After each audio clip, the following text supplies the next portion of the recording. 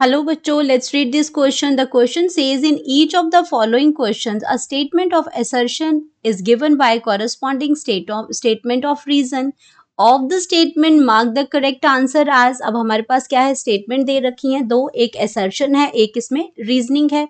अब assertion और reasoning हमें देखनी है और हमें उसमें बताना है कि assertion और रीजनिंग क्या ट्रू है या करेक्ट एक्सप्लेनेशन दे रही है. जो रीजन जो दे रखा है वो assertion को इसमें करेक्टली एक्सप्लेन कर रही है. तो इसमें अकॉर्डिंगली हमें यहाँ से इनमें से अपना जो ऑप्शन है वो सही मार्क करना है. तो यहाँ पे बात करेंगे अपनी असर्शन की. सबसे पहले तो असर्शन में लिखा है कि जो स्टेम ट्यूबर्स होते हैं are swollen ends of specialized underground stem branches which help in vegetative propagation of the plant.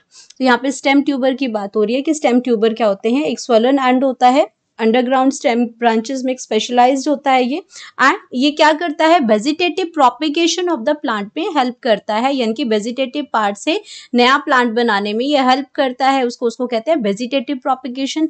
और रीजन दे रखा है कि आपका जो सोलेनम ट्यूबरोसम है ये एग्जाम्पल ऑफ स्टेम ट्यूबर है विच स्टोर इन्यूलिन आज the main reserve food material. तो यहाँ पे हमें देखना है इसमें कि ये जो आपका सोलेनम ट्यूबरसम है ये आपका क्या है और ये क्या स्टोर करता है.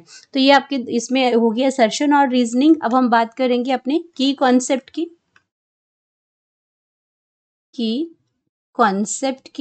अब की कॉन्सेप्ट में यहाँ पे हम बात कर रहे हैं स्टेम ट्यूबर की. अब स्टेम ट्यूबर क्या है आपका, एक स्वॉलन एंड है. स्टेम ट्यूबर की अगर हम बात करते हैं तो ये एक स्वॉलन एंड है, स्वॉलन एंड्स है. ट्यूबर जो है वो आपका क्या है, उसमें थोड़ा सा स्वेलिंग जैसी होती है उसमें. तो स्वॉलन एंड ऑफ स्पेशलाइज्ड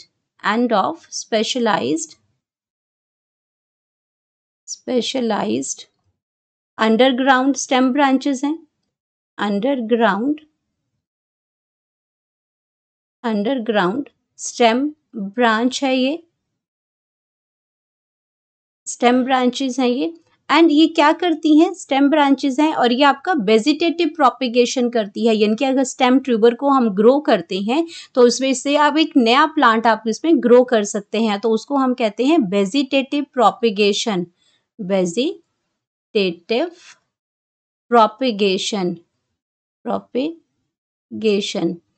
तो इसमें क्या है कि वेजिटेटिव मतलब कि एक प्लांट के पार्ट से ही नया प्लांट ग्रो कर देना, उसको हम वेजिटेटिव प्रोपिगेशन कहते हैं.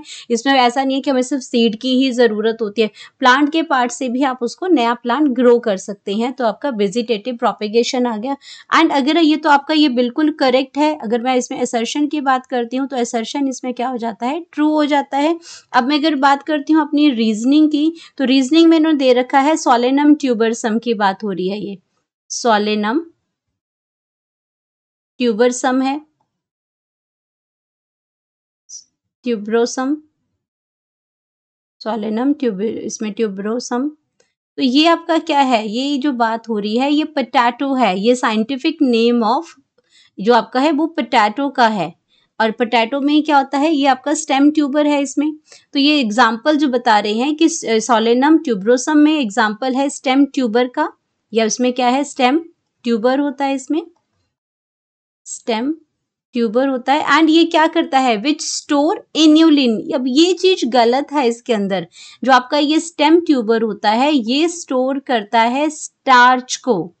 पोटैटो को जब ईट करते हैं तो अगर हम उसमें जो उसका जो देखें कि उसके अंदर क्या प्रेजेंट होता है, कौन सा उसमें फूड जो इसमें न्यूट्रिएंट जो प्रेजेंट होता है वो उसमें स्टार्च प्रेजेंट होता है इसके अंदर. तो पोटैटो के स्टेम ट्यूबर में क्या स्टोर होता है, स्टार्च होता है, नॉट इन्यूलिन. अब इन्यूलिन क्या है, स्टार्च तो आपका क्या है, शुगर हो गया. इन्यूलिन क्या है आपका, शुगर नहीं है. इन्यूलिन जो है अगर ये तो आपका ऑप्शन यहीं पे आपका गलत हो गया. रीजनिंग की अगर मैं बात करती हूँ तो रीजन आपका क्या हो जाएगा, फॉल्स हो जाएगा. क्योंकि ये तो इतना तो ठीक है कि सोलेनम ट्यूबरोसम जो है वो एक पोटैटो है और वो आपका जो उसमें जो वेजिटेटिव जो प्रोपिगेशन होती है वो स्टेम ट्यूबर्स के थ्रू ही होती है. लेकिन ये स्टोर जो है वो स्टार्च को करता है, ना कि इन्यूलिन को करता है. इन्यूलिन आपका क्या है, inulin is not a sugar. Inulin की अगर मैं बात करती हूँ तो ये क्या है, inulin is not sugar. Sugar नहीं है ये perfectly, but used as the used as substitute of sugar। मतलब मीठे की जगह हम उसको यूज कर सकते हैं, बट इट्स नॉट शुगर। तो ये तो आपको मैंने इन्यूलिन के बारे में बताया, लेकिन यहाँ पे ये ऑप्शन गलत हो जाती है क्योंकि ये स्टार्च को स्टोर करता है, इन्यूलिन को नहीं। तो अब ऐसी ऑप्शन जहां पे आपका एसर्शन तो ट्रू है लेकिन रीजन क्या है, फॉल्स हो जाती है। तो ऐसा ऑप्शन क्या है हमारे पास, ऑप्शन सी, जहां पे एसर्शन ट्रू है बट रीजन जो है वो फॉल्स है। तो हमारी जो करेक्ट ऑप्शन की अगर मैं बात करती हूँ, इसमें करेक्ट ऑप्शन की बात करती हूं तो ऑप्शन हमारी आ जाएगी इसके अंदर, that is c. Hope you understood it well. Best of luck.